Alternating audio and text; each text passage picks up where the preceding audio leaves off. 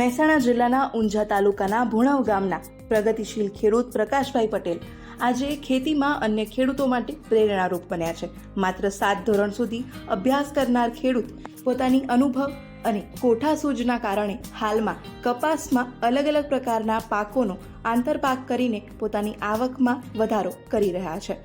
મારું નામ પટેલ પ્રકાશભાઈ મફતલાલ, ગામ ભુણાવ, તાલુકો ઊંઝા. મારી ઉંમર 55 વર્ષ.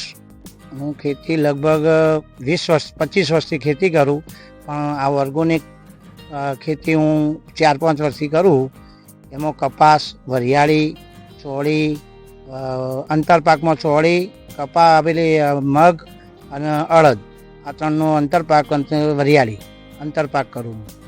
એમાં કુદરતી વાતાવરણમાં થોડો ફાયદો થાય કે ચોળી વાવી હોય તો જીવાત બધી ચોળીના ફૂલ ઉપર જાય અને પિયત પણ પાણી ઓછું માગે, કારણ કે જમીન ઢંકાયેલી એના લીધે પાણી પણ ઓછું માગે. દર વર્ષે આપણે જે તમે આંતરપાક કરો છો એમાં કપાસમાંથી શું ઉત્પાદન મળે છે તમને? દર વર્ષે અમે કપાસમાંથી ઉપજ લઈએ, લગભગ વીઘા અમે 40,000 થી 50,000 ઉપજ એ થાય. વત્તા વરિયા તે મગ વાયા હોય, ચોળી વાવી હોય, એનું અલગથી ઉપજ થાય. એટલે સરભર અમને નુકસાન પડતું નથી. એ આવક ગણીએ તો અમારી 80,000 થી 70,000 રૂપિયાની ફાયદો થાય આવક. ખર્ચ ગણીએ તો અમને 20% ખર્ચ પડે, 20-25%.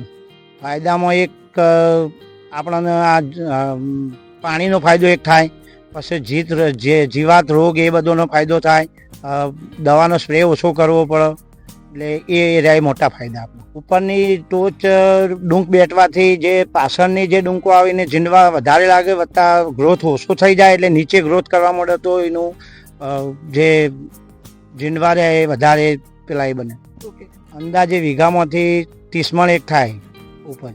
કપાસના ભાવ લગભગ 1000 થી મોડી અને 1500 સુધીના ભાવ રહે. જો આ ઉપરની ટોચ કાપવાથી ઝીંડવા જે વધારે આવે છે એના લીધે આપણને 5-7 મણનો ફેર વધારે પડે છે. ખેડૂત પ્રકાશભાઈએ મહેસાણાની ડેવલપમેન્ટ સપોર્ટ સેન્ટર સંસ્થાના સહયોગથી તેમના ખેતરમાં મોડેલ ફાર્મ પણ વિકસાવ્યું છે. DSC દ્વારા તેમને આ માર્ગદર્શન માટે નાણાકીય સહાય અને સતત ટેકનિકલ માર્ગદર્શન મળે છે. આ ઉપરાંત અન્ય પ્રયોગો કરવા માટે પણ તેઓને પ્રોત્સાહન મળી રહે છે, જેના કારણે આજે તેઓ સફળ બન્યા છે અને વાર્ષિક 2 વીઘામાંથી લાખ રૂપિયાનો નફો દર વર્ષે મેળવી રહ્યા છે. આંતરપાક તરીકે શાકભાજીનું વાવેતર કરતા હોવાથી વાર્ષિક તેમને શાકભાજી પણ ખરીદવું પડતું નથી. રિંકુ ઠાકોર, લોકલ 18, મહેસાણા.